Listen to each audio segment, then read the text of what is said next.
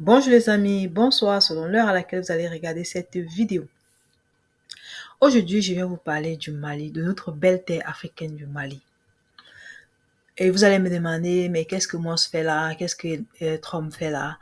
Non, les amis, c'est très important. En fait, je vous avais dit dans une précédente vidéo que Elon Musk était, n'est-ce pas, l'homme de l'efficience, c'est-à-dire il avait été embauché, n'est-ce pas, pour assainir les finances gouvernementales aux États-Unis. Alors, lorsqu'il a fait son travail, il a trouvé que certains fonds avaient été alloués à certains États africains. Et, n'est-ce pas, Trump a posté sur son compte Twitter que des fonds avaient été alloués au gouvernement malien, un certain nombre de millions de dollars avaient été alloués au gouvernement malien, ce que le gouvernement malien ne reconnaît pas. Et le Mali a donc saisi l'occasion pour demander à Donald Trump de juger les terroristes, de retrouver et de juger les terroristes. Si tu es nouveau sur cette chaîne, n'oublie pas de liker, de commenter, de partager et surtout d'appuyer la cloche de notification pour ne pas passer à côté des informations importantes. Comme je vous l'ai dit, la politique et la géopolitique mondiale, tout le monde doit la connaître parce que c'est ce qui influence sur nous et sur nos porte-monnaies. Donc, nous avons intérêt à connaître toute la politique mondiale. Alors, les amis, écoutons, n'est-ce pas, les analyses pointueuses du professeur Franklin Yamsi qui nous édifie, n'est-ce pas, sur ces trouvailles de Musk. Bonne écoute. Le Mali appelle les États-Unis à juger et punir les terroristes. Il y a quelque chose de très précis qui s'est passé.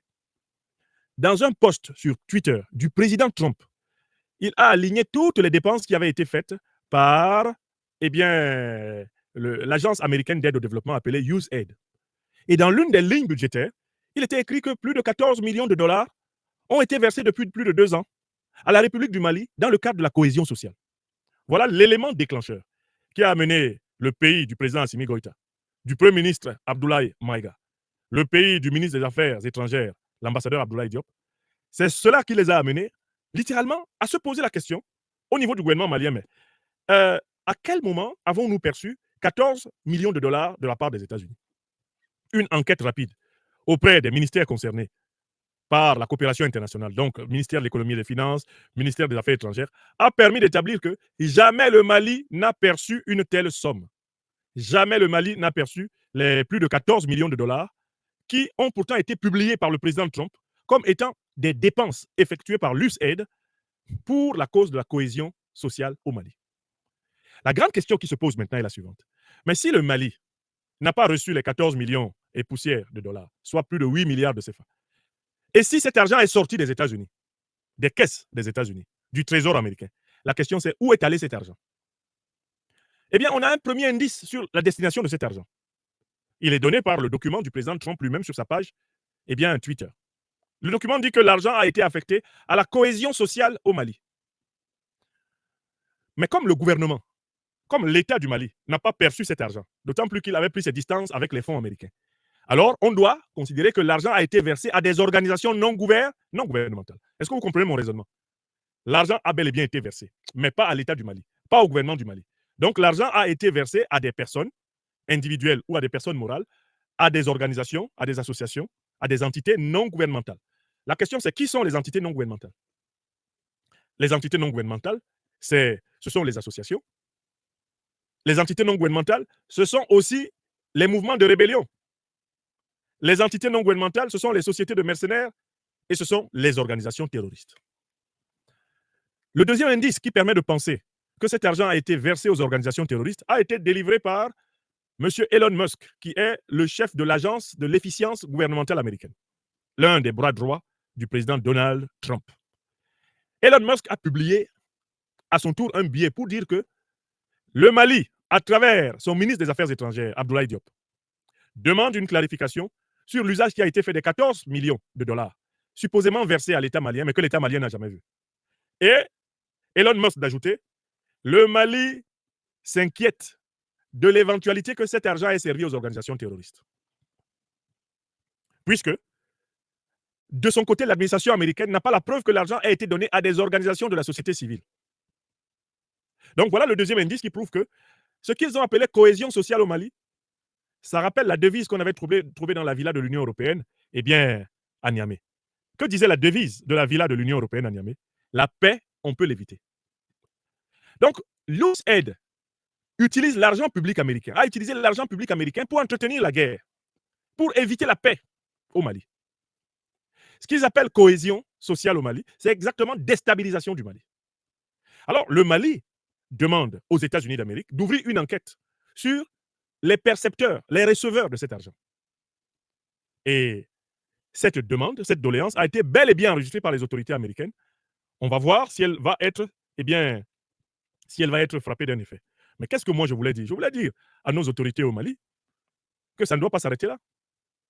Mais maintenant que les autorités américaines nouvelles ont permis la déclassification de plusieurs documents, maintenant que Mme Tulsi Gabbard, qui est la chef du renseignement général américain, elle a été confirmée à son poste après avoir été nominée par Donald Trump.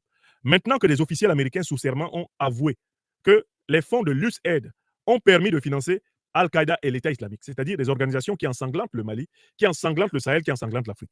Mais tous les pays africains où ces deux organisations ont agi, tous les pays africains doivent engager des poursuites contre, bien sûr, les gestionnaires de l'USAID qui ont financé ces organisations. Est-ce que vous comprenez?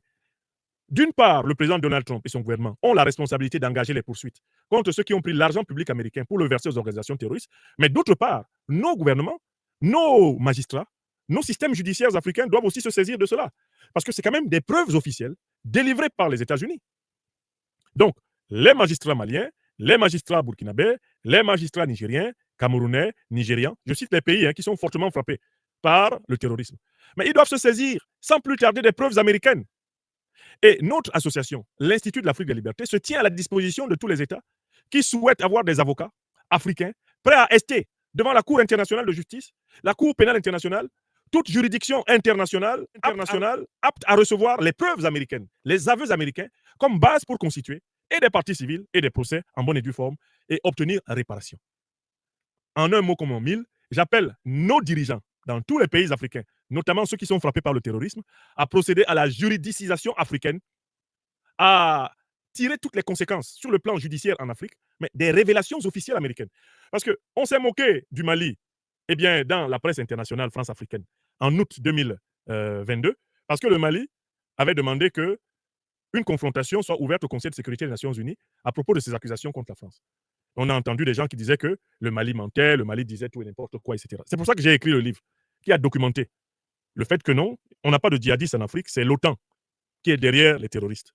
C'est elle qui les arme, c'est elle qui les médiatise, c'est elle qui les renseigne, c'est elle qui les finance. Bon, moi, je l'ai démontré par des moyens, par une démonstration logique basée sur des données empiriques tirées de documents déclassifiés, des correspondances déclassifiées, des rapports et des enquêtes, des investigations. OK.